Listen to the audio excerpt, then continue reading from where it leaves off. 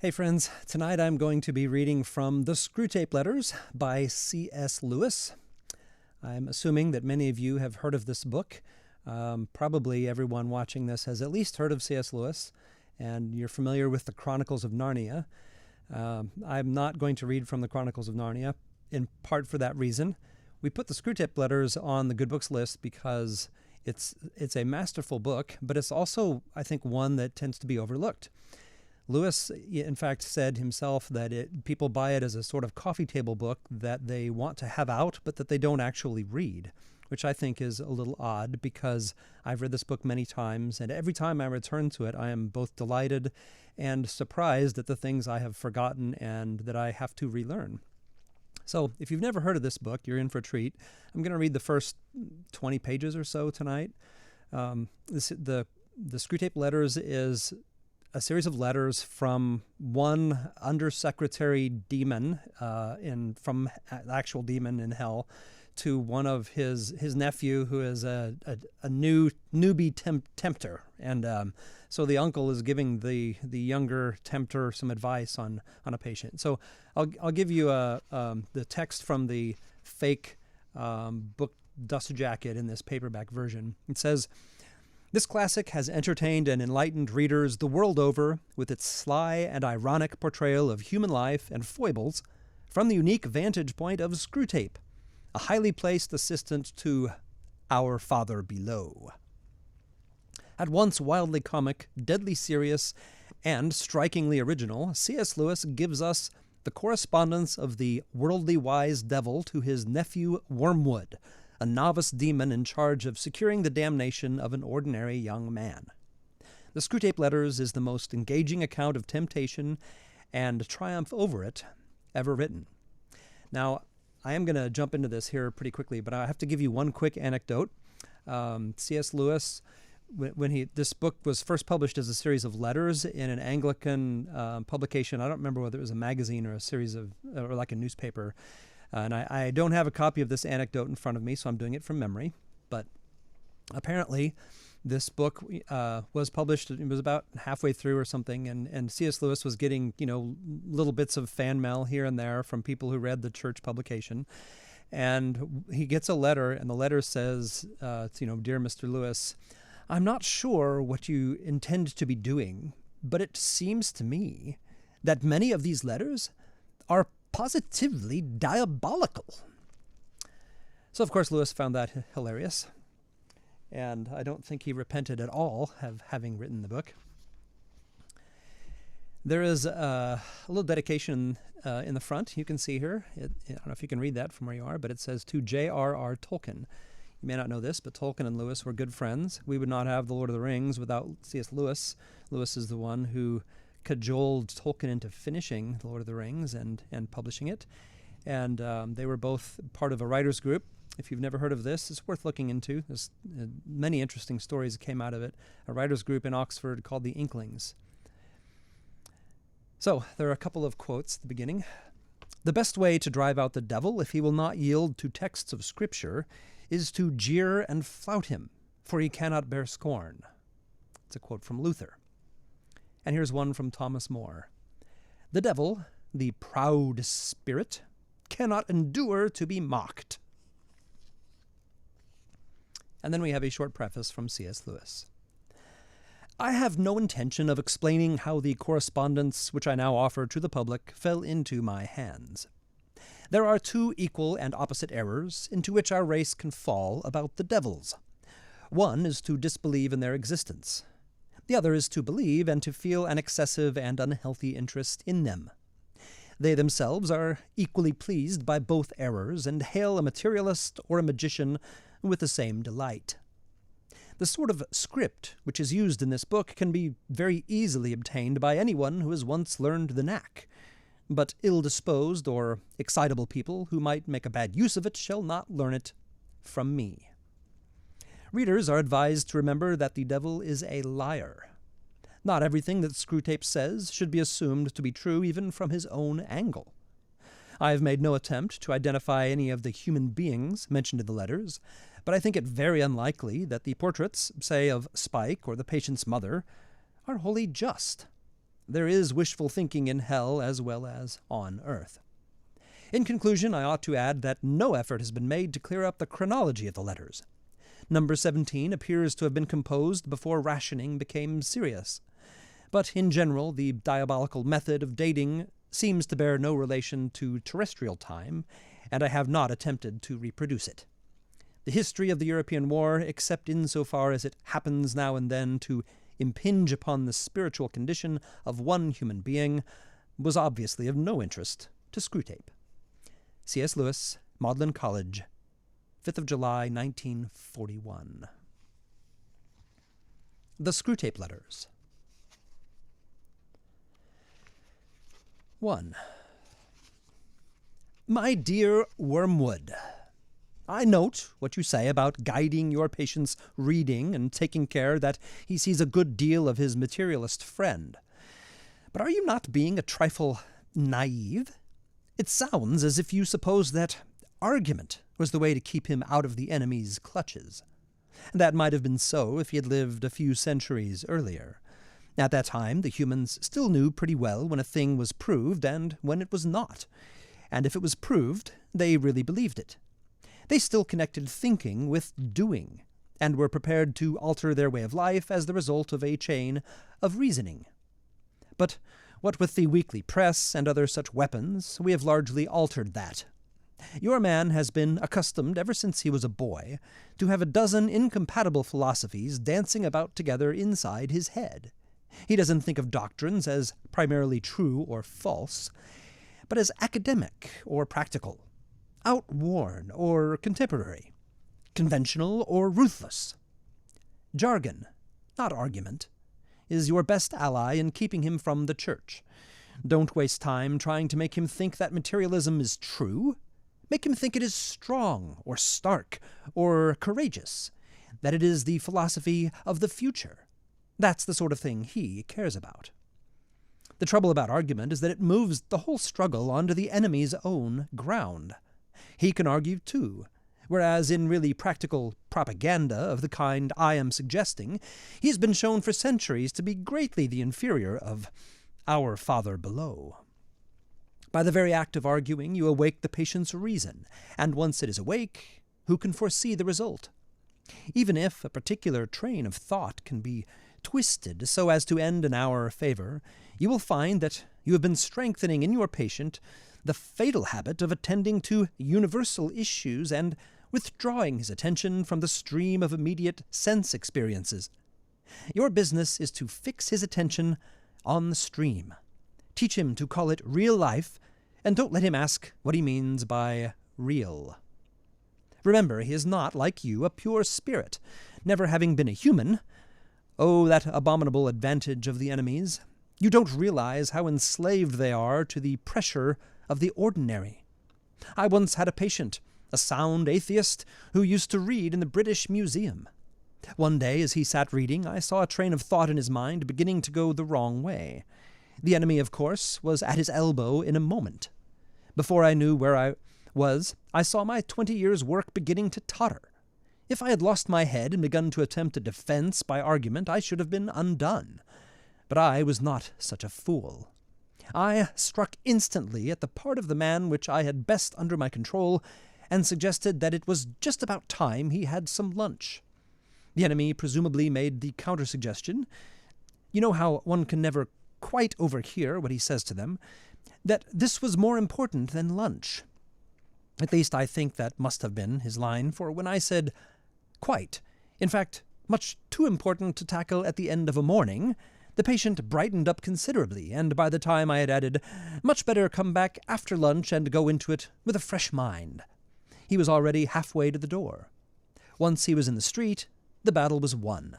I showed him a newsboy shouting the midday paper, and a number 73 bus going past, and before he reached the bottom of the steps I had got into him an unalterable conviction that, whatever odd ideas might come into a man's head when he was shut up alone with his books, a healthy dose of real life, by which he meant the bus and the newsboy, was enough to show him that all that sort of thing just couldn't be true.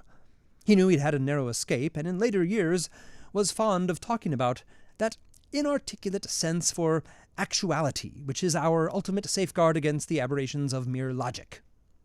He is now quite safe in our Father's house. You begin to see the point. Thanks to processes which we set at work in them centuries ago, they find it all but impossible to believe in the unfamiliar while the familiar is before their eyes. Keep pressing home on him the ordinariness of things. Above all, do not attempt to use science, I mean the real sciences, as a defense against Christianity. They will positively encourage him to think about realities he can't touch and see.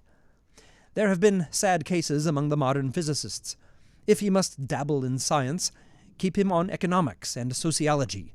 Don't let him get away from that invaluable real life. But the best of all is to let him read no science, but to give him a grand general idea that he knows it all, and that everything he happens to have picked up in casual talk and reading is the results of modern investigation. Do remember you are there to fuddle him. From the way some of you young fiends talk, anyone would suppose it was our job to teach. Your affectionate uncle, Screwtape. 2. My dear Wormwood, I note with grave displeasure that your patient has become a Christian. Do not indulge the hope that you will escape the usual penalties. Indeed, in your better moments, I trust you would hardly even wish to do so. In the meantime, we must make the best of the situation. There is no need to despair. Hundreds of these adult converts have been reclaimed after a brief sojourn in the enemy's camp and are now with us. All the habits of the patient, both mental and bodily, are still in our favor. One of our great allies at present is the Church itself. Do not misunderstand me. I do not mean the Church as we see her spread out through all time and space and rooted in eternity, terrible as an army with banners. That, I confess, is a spectacle which makes our boldest tempters uneasy. But fortunately it is quite invisible to these humans. All your patient sees is the half-finished, sham Gothic erection on the new building estate. When he goes inside, he sees the local grocer, with rather an oily expression on his face, bustling up to offer him one shiny little book containing a liturgy which neither of them understands, and one shabby little book containing corrupt texts of a number of religious lyrics, mostly bad and in very small print. When he gets to his pew and looks round him, he sees just that selection of his neighbors whom he has hitherto avoided. You want to lean pretty heavily on those neighbors. Make his mind flit to and fro between an expression like the body of Christ and the actual faces in the next pew. It matters very little, of course, what kind of people that next pew really contains. You may know one of them to be a great warrior on the enemy's side. No matter. Your patient, thanks to our Father below, is a fool. Provided that any of those neighbors sing out of tune, or have boots that squeak, or double chins, or odd clothes, the patient will quite easily believe that their religion must therefore be somehow ridiculous. At this present stage, you see, he has an idea of Christians in his mind which he supposes to be spiritual, but which in fact is largely pictorial. His mind is full of togas and sandals and armor and bare legs, and the mere fact that the other people in church wear modern clothes is a real, though of course an unconscious, difficulty to him. Never let it come to the surface. Never let him ask what he expected them to look like. Keep everything hazy in his mind now, and you will have all eternity wherein to amuse yourself by producing in him the peculiar kind of clarity which hell affords. Work hard, then, on the disappointment or anticlimax which is certainly coming to the patient during his first few weeks as a churchman. The enemy allows this disappointment to occur on the threshold of every human endeavor. It occurs when the boy who has been enchanted in the nursery by stories from the Odyssey buckles down to really learning Greek. It occurs when lovers have got married and begin the real task of learning to live together. In every department of life, it marks the transition from dreaming aspiration to laborious doing. The enemy takes this risk because he has a curious fantasy of making all these disgusting little human vermin into what he calls his free lovers and servants. Sons is the word he uses, with his inveterate love of degrading the whole spiritual world by unnatural liaisons with the two-legged animals. Desiring their freedom, he therefore refuses to carry them, by their mere affections and habits, to any of the goals which he sets before them. He leaves them to do it on their own. And there lies our opportunity. But also remember, there lies our danger. If once they get through this initial dryness successfully, they become much less dependent on emotion, and therefore much harder to tempt. I have been writing hitherto on the assumption that the people in the next pew afford no rational ground for disappointment. Of course, if they do, if the patient knows that the woman with the absurd hat is a fanatical bridge player, or the man with squeaky boots a miser and an extortioner, then your task is so much the easier. All you then have to do is keep out of his mind the question, if I, being what I am, can consider that I am in some sense a Christian, why should the different vices of those people in the next pew prove that their religion is mere hypocrisy and convention? You may ask whether it is possible to keep such an obvious thought from occurring even to a human mind. It is, Wormwood, it is. Handle him properly, and it simply won't come into his head. He has not been anything like long enough with the enemy to have any real humility yet. What he says, even on his knees about his own sinfulness, is all parrot talk. At bottom, he still believes he has run up a very favorable credit balance in the enemy's ledger by allowing himself to be converted, and thinks that he is showing great humility and condescension in going to church with these smug, commonplace neighbors at all. Keep him in that state of mind as long as you can. Your affectionate uncle, Screwtape. 3. My dear Wormwood, I am very pleased by what you tell me about this man's relations with his mother. But you must press your advantage.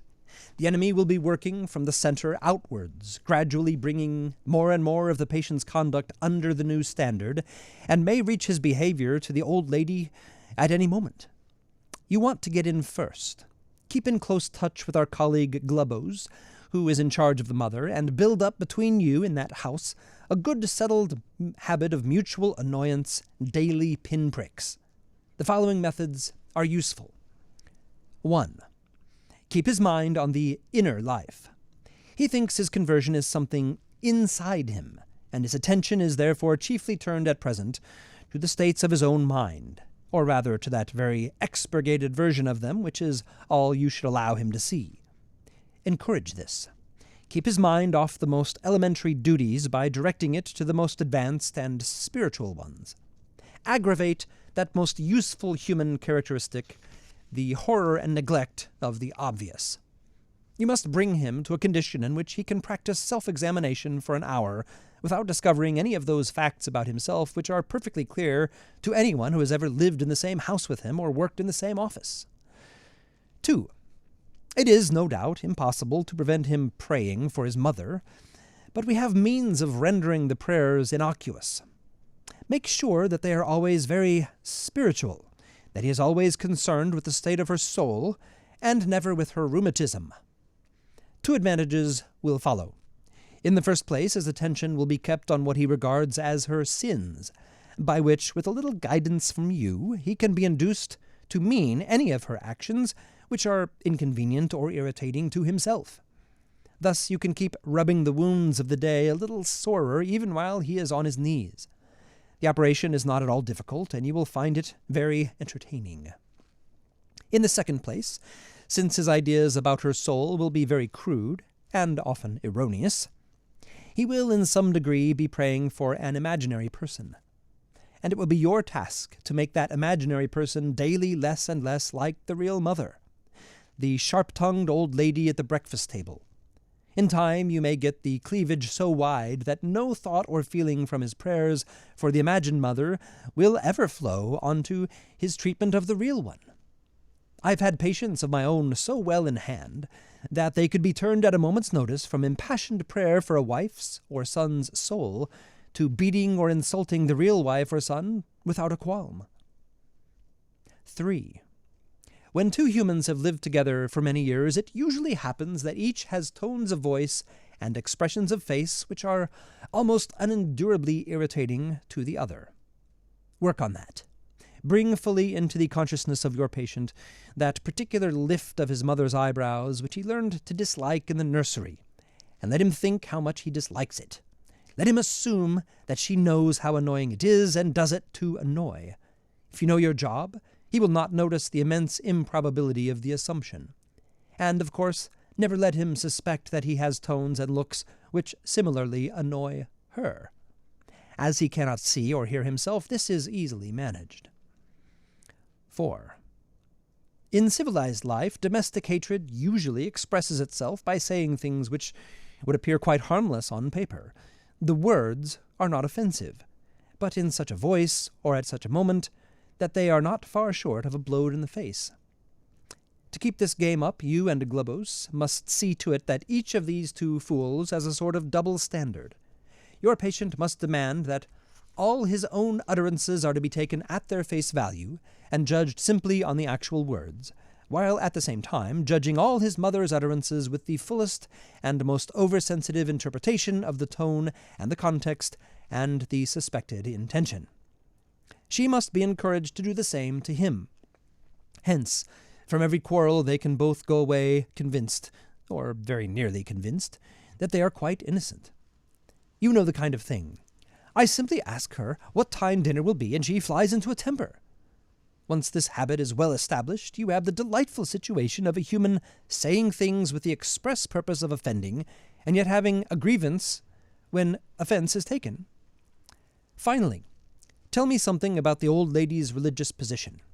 Is she at all jealous of the new factor in her son's life? At all piqued that he should have learned from others, and so late, what she considers she gave him such good opportunity of learning in childhood? Does she feel he is making a great deal of fuss about it, or that he's getting in on very easy terms? Remember the elder brother in the enemy's story. Your affectionate Uncle Screwtape. 4. My dear Wormwood, the amateurish suggestions in your last letter warn me that it is high time for me to write to you fully on the painful subject of prayer. You might have spared the comment that my advice about his prayers for his mother proved singularly unfortunate. That is not the sort of thing that a nephew should write to his uncle, nor a junior tempter to the undersecretary of a department. It also reveals an unpleasant desire to shift responsibility. You must learn to pay for your own blunders. The best thing, where it is possible, is to keep the patient from the serious intention of praying altogether. When the patient is an adult recently reconverted to the enemy's party, like your man, this is best done by encouraging him to remember, or to think he remembers, the parrot-like nature of his prayers in childhood. In reaction against that, he may be persuaded to aim at something entirely spontaneous, inward, informal, and unregularized. And what this will actually mean to a beginner will be an effort to produce in himself a vaguely devotional mood, in which real concentration of will and intelligence have no part. One of their poets, Coleridge, has recorded that he did not pray, quote, with moving lips and bended knees, end quote, but merely composed his spirit to love and indulged a sense of supplication. That is exactly the sort of prayer we want, and since it bears a superficial resemblance to the prayer of silence, as practiced by those who are very far advanced in the enemy's service, clever and lazy patients can be taken in by it for quite a long time. At the very least, they can be persuaded that the bodily position makes no difference to their prayers, for they constantly forget, what you must always remember, that they are animals, and that whatever their bodies do affects their souls. It is funny how mortals always picture us as putting things into their minds. In reality, our best work is done by keeping things out. If this fails, you must fall back on a subtler misdirection of his attention. Whenever they are attending to the enemy himself, we are defeated, but there are ways of preventing them from doing so. The simplest is to turn their gaze away from him and towards themselves. keep them watching their own minds and trying to produce feelings there by the actions of their own wills. When they meant to ask him for charity, let them instead start trying to manufacture charitable feelings for themselves and not notice that this is what they are doing. When they meant to pray for courage, let them really be trying to feel brave. When they say they are praying for forgiveness, let them be trying to feel forgiven. Teach them to estimate the value of each prayer by their success in producing the desired feeling, and never let them suspect how much success or failure of that kind depends on whether they are well or ill, fresh or tired, at the moment. But of course the enemy will not, meantime, be idle. Whenever there is prayer, there is danger of his own immediate action. He is cynically indifferent to the dignity of his position and ours as pure spirits, and to human animals on their knees he pours out self-knowledge in a quite shameless fashion. But even if he defeats your first attempt at misdirection, we have a subtler weapon. The humans do not start from that direct perception of him which we, unhappily, cannot avoid. They have never known that ghastly luminosity, that stabbing and searing glare which makes the background of permanent pain to our lives. If you look into your patient's mind when he is praying, you will not find that. If you examine the object to which he is attending, you will find that it is a composite object containing many quite ridiculous ingredients.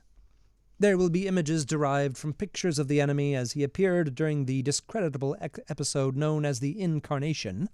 There will be vaguer, perhaps quite savage and puerile, images associated with the other two persons.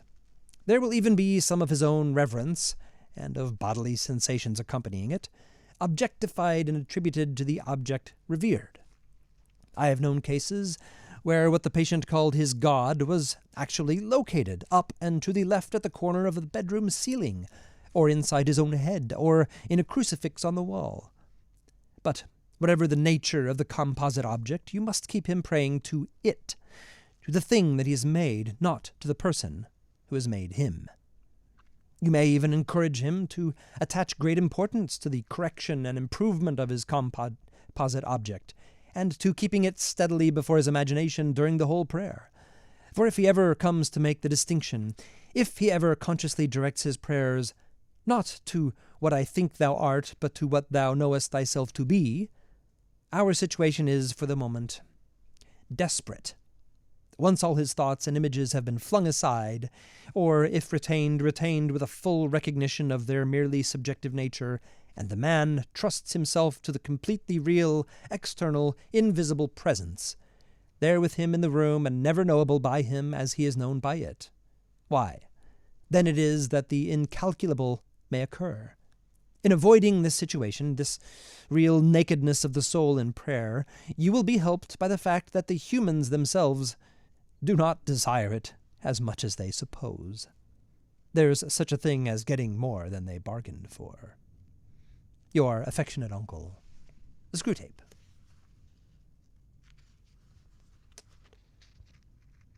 One more chapter. One more letter. 5. My dear Wormwood, it is a little bit disappointing to expect a detailed report on your work and to receive instead such a vague rhapsody as your last letter. You say you are delirious with joy because the European humans have started another of their wars. I see very well what has happened to you. You are not delirious, you are only drunk.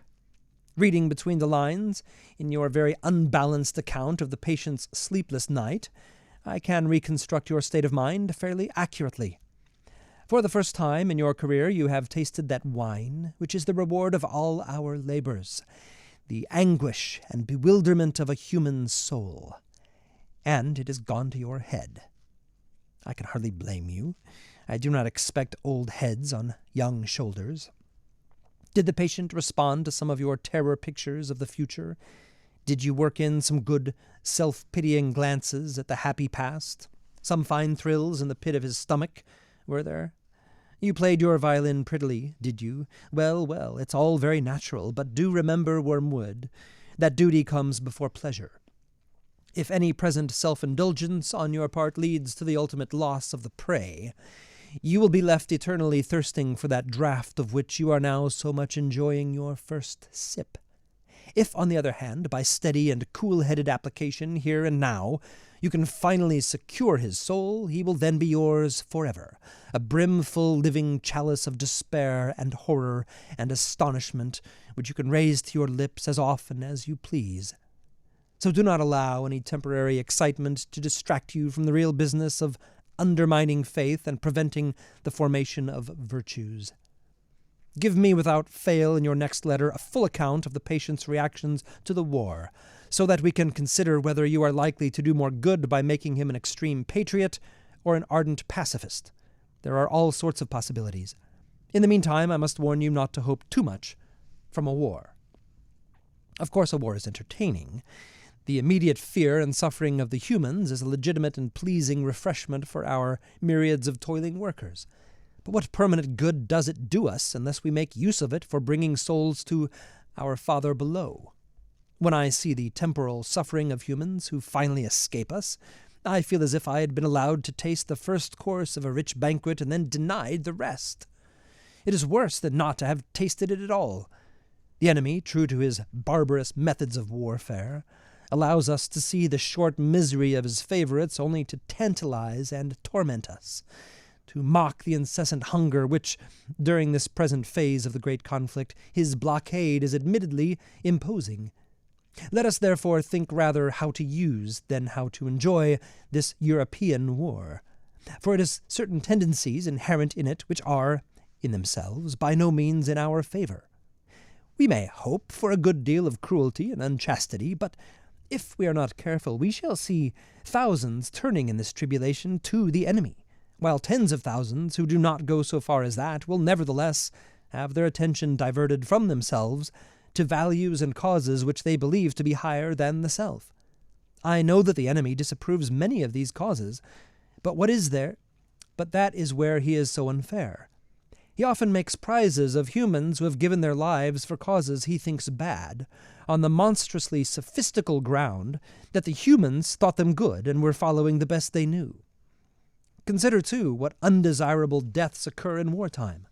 Men are killed in places where they knew they might be killed, and to which they go, if they are at all of the enemy's party, prepared. How much better for us if all humans died in costly nursing homes, amid doctors who lie, nurses who lie, friends who lie, as we have trained them, promising life to the dying, encouraging the belief that sickness excuses every indulgence, and even, if our workers know their job, withholding all suggestion of a priest, lest it should betray to the sick man his true condition. And how disastrous for us is the continual remembrance of death which war enforces. One of our best weapons, contented worldliness, is rendered useless. In wartime, not even a human can believe that he is going to live forever. I know that Screwtape and others have seen in wars a great opportunity for attacks on faith, but I think that view was exaggerated. The enemy's human partisans have all been plainly told by him that suffering is an essential part of what he calls redemption, so that a faith which is destroyed by a war or a pestilence cannot really have been worth the trouble of destroying. I am speaking now of diffused suffering over a long period such as the war will produce. Of course, at the present moment of terror, bereavement, or physical pain, you may catch your man when his reason is temporarily suspended. But even then, if he applies to enemy headquarters, I have found that the post is nearly always defended. Your affectionate uncle, Screwtape. Okay, if you're still with me tonight or in the recording, that was from the Screwtape Letters by C.S. Lewis. I hope you found it interesting and entertaining, and we'll give the book a try if you've never read it. All right, everybody, hope you have a good night, and we'll see you next week for the next reading. Thanks a lot.